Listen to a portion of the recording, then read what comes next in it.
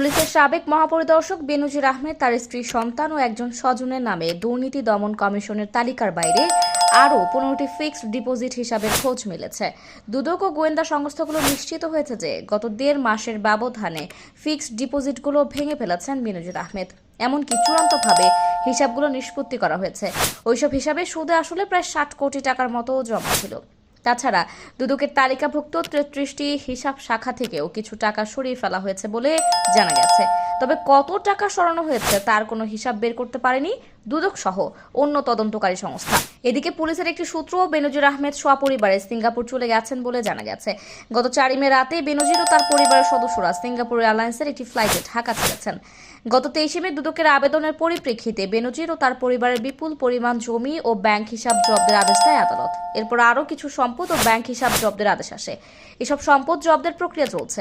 এরই মধ্যে 6 জুন বেনজিরকে দুদকে তলব করা হয়েছে। তার স্ত্রী ও 3 সন্তানকে তলব করা হয়েছে 9 জুন। পরিবারের যেসব ব্যাংকে এসব হিসাব ছিল তার তালিকা চূড়ান্ত করার কাজ চলছে। দুদক এ নিয়ে অনুসন্ধান করেছে। বাংলাদেশ ব্যাংকের গোয়েন্দা ইউনিট, দুদক ও কয়েকটি গোয়েন্দা সংস্থা এই কাজ করছে বলে পুলিশের একটি গোয়েন্দা শাখার ঊর্ধ্বতন এক কর্মকর্তা জানিয়েছেন। সরকারি ব্যাংকের পাশাপাশি বেসরকারি ব্যাংকে তার ডিপোজিট হিসাবগুলো ছিল। বেনজির আহমেদ তার স্ত্রী জিশান মির্জা, 3 মেয়ে ও তাদের স্বার্থ সংশ্লিষ্ট বিভিন্ন অ্যাকাউন্টের সন্ধান মিলেছে। এগুলোর মধ্যে রয়েছে সঞ্চয়ী, মেয়াদি, এসএনডি, আমানত হিসাব, কিছু ঋণ হিসাবও আছে। তার মধ্যে পদ্মা ব্যাংক, সোনালী ব্যাংক সহ বেশ কয়েকটি ব্যাংকে এসব হিসাব আছে। এপ্রিলে একটি জাতীয় দৈনিকে বেনজির আহমেদ ও তার পরিবারের বিপুল সম্পদ থাকা নিয়ে সংবাদ প্রকাশ করা হয়। এরপর সরকারি দলের এক সংসদ সদস্য তার বিপুল সম্পদের উৎসের অনুসন্ধান চেয়ে দুদকে আবেদন করেন। এসব ঘটনার মধ্যে দুর্নীতির বিরুদ্ধে সরকারের কঠোর অবস্থানের কথাও বেনজির জানতে পারেন। আর সেই কারণে সিঙ্গাপুর যাওয়ার আগেই ফিক্সড ডিপোজিটগুলো ভেঙে ফেলেন বলে ধারণা সংশ্লিষ্ট তদন্ত সংস্থাগুলোর। দুদকের এক কর্মকর্তা জানান, আইন ও বিধি অনুসারে যা যা করা দরকার করা হচ্ছে। ইতিমধ্যে স্থাবর অস্থাবর সম্পদ জব্দ করা হয়েছে। তবে তারা জানতে পেরেছেন জব্দ করার আগে কিছু হিসাব থেকে টাকা তুলে নেওয়া হয়েছে।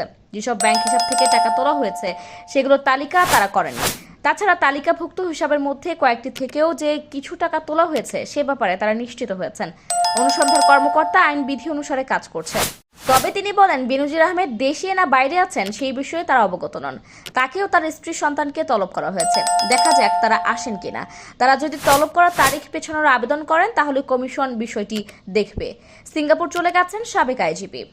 পুলিশের একটি সূত্র বলছে, স্ত্রী চিকিৎসার জন্য সাবেক আইজিপি বেনজির আহমেদ দেশের বাইরে যাচ্ছেন বলে তার স্বজন ও শুভাকাঙ্ক্ষীদের বলেছেন। তবে সরকারের শীর্ষ মহলের একাংশকে দেশ ত্যাগের বিষয়টি অবহিত করে তিনি দেশ ছেড়েছেন। নাম প্রকাশ না করে বেনজির আহমেদের ঘনিষ্ঠ এক পুলিশ কর্মকর্তা বলেন, দুদকে তলব করা সহ সবকিছুর বিষয়ে তিনি আগাম ওয়াকিবহাল ছিলেন। প্রভাবশালী একটি মহল তাকে আগাম সবকিছু বলে দিয়েছিল।